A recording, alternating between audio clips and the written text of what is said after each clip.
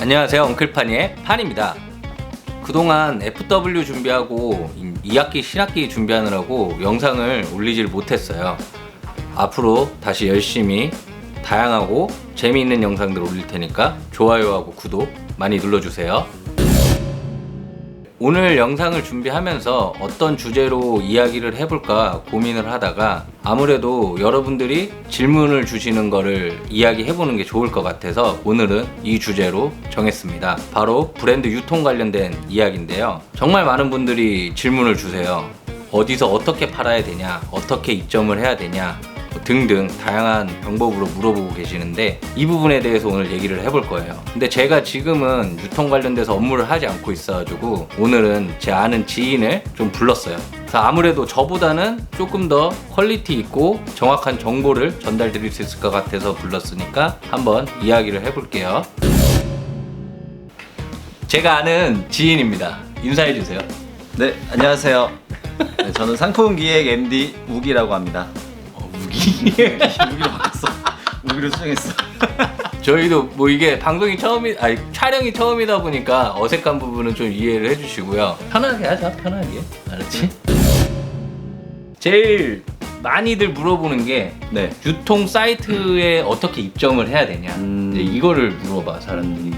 일단 그 전에 입점하는 방법 전에 일단 온라인 국내 유통망은 크게 이제 종합몰과 전문몰이 이렇게 두 가지가 있다고 보시면 되고, 종합몰에서는 이제 흔히 이제 보셨던 이제 쓱, SSG, 롯데닷컴 이런 백화점을 끼고 있는 몰이라고 생각하시면 되고, 그리고 전문몰은 이제 전문몰에서는 이제 가장 상위 개념이고 그 밑으로는 이제 가방 전문몰이 있을 수도 있고, 그리고 이제 흔히 아는 이제 편집샵 이런 것들이 크게 이렇게 나눠지고, 그리고 이제 오픈마켓과 소셜, 폐쇄몰이라 하면은 이제 복지 사이트라고 생각하시면 돼요. 뭐 삼성에 이제 다니는 임직원만 이용할 수 있는 그런 복지몰이 폐쇄몰이라고 이해하시면 되고, 그렇게 크게 한 네 가지로 이제 나눠져 있어요. 그래서 입점하는 방법은 가장 쉬운 거는 사이트 하단에 보시면은 입점 문의, 제휴 상담 이런 것들이 기본적으로 나와 있어요. 근데 이제 그런 것들이 안 나와 있는 사이트가 일부 있는데, 그런 사이트들에 이제 유통을 하시고 싶다 하면은 댓글 남겨주세요. 갑자기? 이것도 꿀팁 대방출이야? 제가 도와드리겠습니다. 오케이. 그러면 뭐 그 메일에다가 브랜드 소개서라든지 그죠? 뭐 자기 회사 소개서라든지 이제 제안 메일을 넣을 때는 요거를 좀 확률을 조금 높이려면은 기획하시는 분의 상품과 그런 카테고리를 정확하고 좀 냉철하게 좀 짚어야 돼요. 그래서 그 상품들이 이제 제안을 했을 때 담당 MD들이 이제 이거는 소싱 해올만 하다라는 이제 상품력이 좀 기본적으로 갖춰져 있어야지 이제 유통 이제 시작하는 입점 단계에서 이제 좀 유리한 위치를 좀 점할 수가 있다, 이렇게 말씀드리고 싶네요. 그리고 또 이제 사람들이 물어보는 거야. 그러면 네. 지금 얘기했던 뭐 종합몰이라든지 편집샵이라든지 이런 거는 외부몰이고, 네. 이제 요즘에 뭐 카페24나 오도몰을 통해 가지고 자기 자사 사이트를 많이들 만든단 말이에요. 네. 그러면 그걸 만들었을 때 어떻게 하면 그 자사 사이트의 매출을 높일 수 있는지.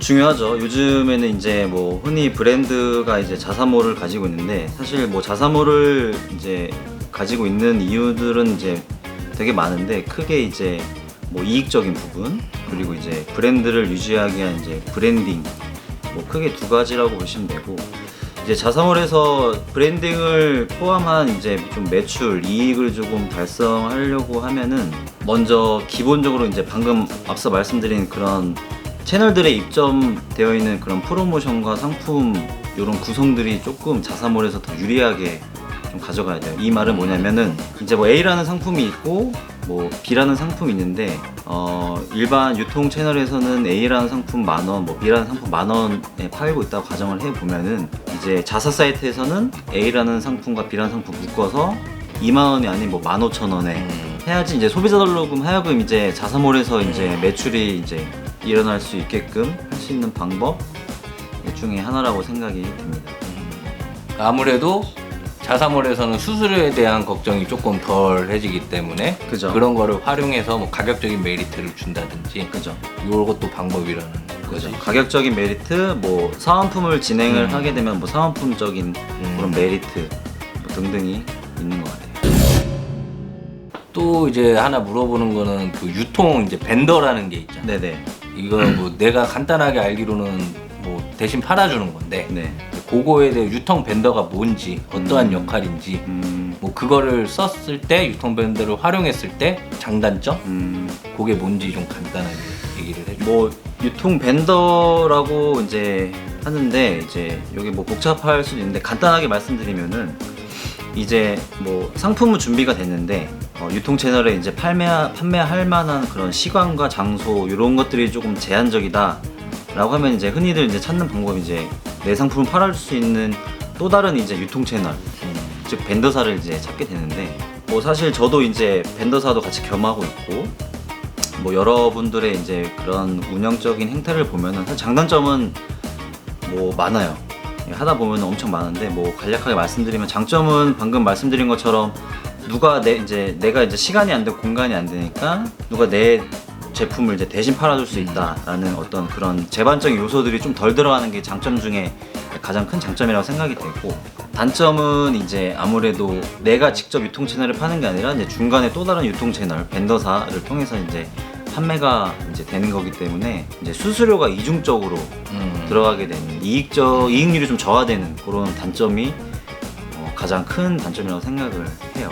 근데 요거는 좀 다르게 생각을 하면은 내가 이제 뭐 나 혼자서도 유통 채널에 이제 뭐 유통을 할 수도 있지만 뭐 이런 팀 단위, 뭐 조직 단위로 이제 하게 된다면은 뭐 드는 이제 인력 비용이라든지 이런 거 생각을 했을 때 유통 벤더보다 더 이제 높게 비용이 책정될 수 있다는 점 이런 것들도 아마 고려해야 될 요소가 아닌가. 자기 상황에 따라서 맞춰서 그죠, 뭐 네. 활용하거나 뭐 같이 쓸 수도 있는 거잖아.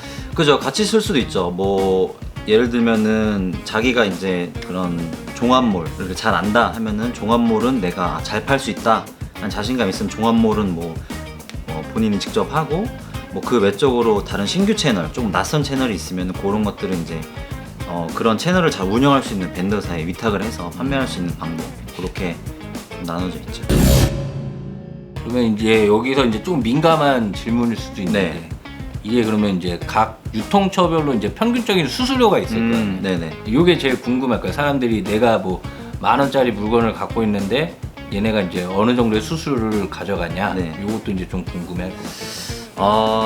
수수료 아무래도 좀 민감한 부분이죠 제일. 근데 이제 제가 말씀드리는 거는 이 온라인 유통 온라인에서 이제 평균적인 이제 수수료를 말씀을 드리면은 이게 정확하지 않을 수도 있어요. 제 경험상 이제 말씀드리는 건데 앞서 이제 4개 채널 크게 분류로 나눠져 있다고 이제 말씀드렸는데 뭐 종합몰 같은 경우는 이게 또 카테고리별로 계약 단위가 이루어질 수도 있어가지고 여기 카테고리별로도 수수료가 다를 수도 있는데 평균적인 수수료를 말씀드리면은 이제 25에서 40% 정도로 형성되어 있는 것 같고 이제 멀티몰 같은 경우는 그보다 조금 낮은 뭐 20%에서 뭐 35%까지 그렇게 형성되어 있는 것 같아요. 그리고 이제 뭐 흔히 아시는 이제 오픈마켓 같은 경우에는 이제 아무래도 이제 좀 수수료가 저렴한 메리트가 있죠. 뭐 10%대 형성되어 있고 폐쇄몰 같은 경우에는 이제 폐쇄몰도 멀티몰과 조금 비슷한 평균적인 수수료가 형성되어 있다고 보시면 될 것 같아요. 이 정도면은 전반적으로 질문을 했던 거는 내가 물어본 것 같고 이거를 보시는 분들이 대부분이 브랜드를 처음 시작하시는 분들이거든. 그분들한테 조금 뭐 그냥 간단한 한마디 어떻게 했으면 좋겠다 뭐 이런 거 한마디만 하고 마무리를 하면 될 것 같아요. 일단 뭐 제가 뭐 구구절절히 간단하게 이제 요약적인 것만 말씀드렸는데 일단은 망설이지 않으셨으면 좋겠어요. 뭐가 됐던 채널이 1개가 됐던 뭐 3개가 됐던 이제 10개가 됐던 이제 일단 시작을 먼저 해보라고 이제 말씀드리고 싶고 이제 시작이 반이라는 말이 있잖아요. 이제 시작을 하게 되면은 이제 담당 MD가 이제 배정이 될 텐데 담당 MD도 자기가 이제 소싱을 해왔으니까 매출을 일으킬 수밖에 없는 의무가 있어요. 물론 이제 이걸 보시는 이제 판매자 분들도 이제 매출을 이제 꼭 일으켜야 되는 입장은 이제 마찬가지인데 일단 시작을 하고 나면은 뭐 처음에는 뭐 입점 프로모션에서부터 시작을 해서 각 채널에 이제 배정되어 있는 뭐 전사 행사 이런 것들까지 같이 진행을 하게 되면은 매출은 분명히 발생하게 됩니다. 이게 어떤 상품이건 간에 매출은 무조건 첫 매출은 이제 시작이 될 거라고 생각을 하고, 이제 첫 매출이 이제 시작을 하고 나서 그 다음 게 이제 아마 보이실 거예요. 이제 그때부터는 이제 조금 이제 연구를 좀 해야 되는 것도 있고, 담당 MD와의 이제 활발한 이제 협업이 좀 필요한 것도 있는데, 일단은 시작을 하는 게 가장 중요한 것 같습니다. 오늘 이렇게 간단하게 유통 관련돼 가지고 제 아는 동생하고 이야기를 해봤는데, 뭐 사실 가만히 있는다고 성공하는 브랜드들은 정말 적어요. 여기 뭐 유통도 중요할 거고 마케팅도 중요할 거고 뭐 디자인 생산 다 중요할 건데, 뭐 그런 거에서 너무 두려움을 갖거나 하지 마시고 최대한 다양한 방법을 통해서 열심히 시작을 해보시는 게 중요할 것 같아요.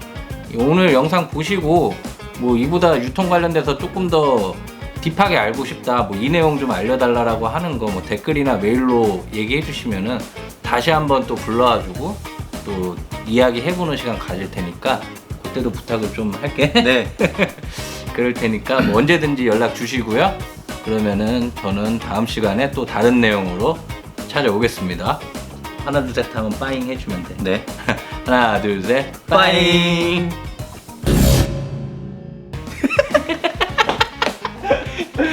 할만한데 생각보다? 오 잘하네 민욱이.